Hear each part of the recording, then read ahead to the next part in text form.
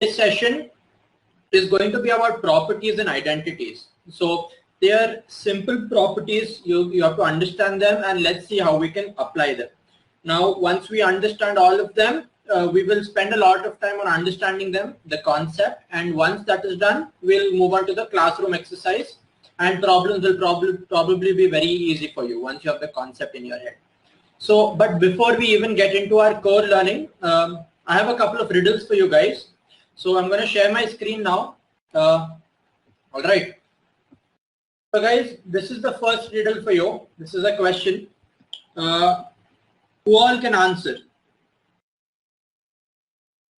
Yeah. A farmer has 17 sheep and all but 9 die. How many are left alive? What do you think is the answer, guys? 8. Okay. Okay. Any other answers? 7. Okay. 7, sir.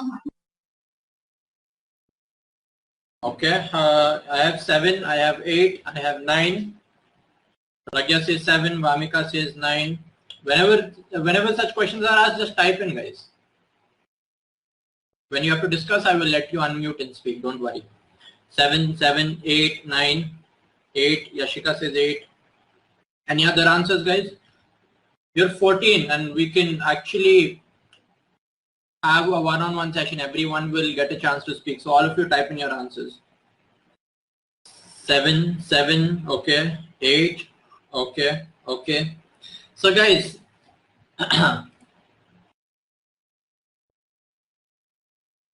okay. So the problem is you haven't read the question carefully. He has 17 sheep. Okay. So what did people do? They probably did 17 minus 9, right? And you're telling me that 8 sheep are still left alive. This is what you guys have done. Darshil says 7. Darshil also says 0. But now read the question carefully, guys. The farmer has 17 sheep. All but 9 died.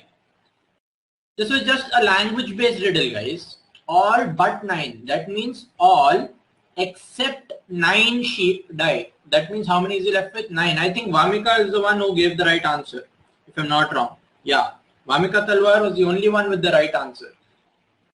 This question was about this particular word, all but 9. Guys, even in math, most of the questions are about language. You need to understand the language properly in order to be able to answer them.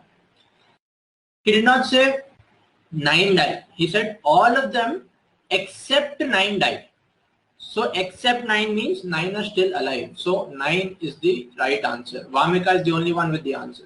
So whenever you have, say you have equations, you have word problems, etc., all of these are language based problems. It's how well you're able to understand the language. All right. Is this clear, guys?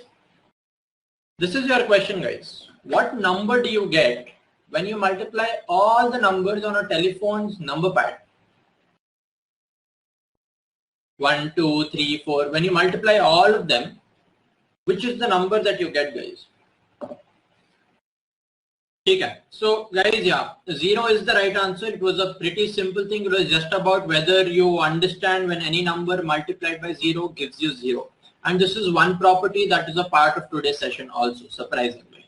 Alright, so 1 to 9, you multiply, you get some number, and then you have 0 on the keypad. So when you multiply any number with 0, you get 0.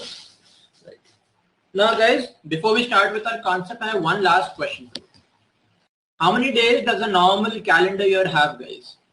How many days are there in a normal calendar year? All of you know this. Now, how many days are there in a leap year, guys? You understand what leap year is, right? Yeah. Now, guys, can you tell me why a leap year has 1 day extra? What's the reason behind it? Can I say, sir? Yeah. 1 second. Neha, speak. After Neha, Vamika, you can. Yes, Neha. Okay, sir. Because actually, in a common year, it's 360 by 1 by 4. Each 1 by 4. If 4 times 1 by 4 comes, it becomes 1. That's why 1 day is extra for a leap year. Perfect. Anyone with any other answer? I think Vamika wanted to speak.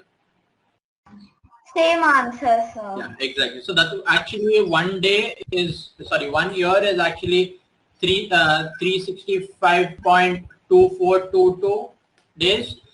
So this is rounded off to 0.25, which is nothing else but 1/4. This is a fraction, you guys understand. So every 4 years, that gives us 1 additional day, right? Which is added to February. Great.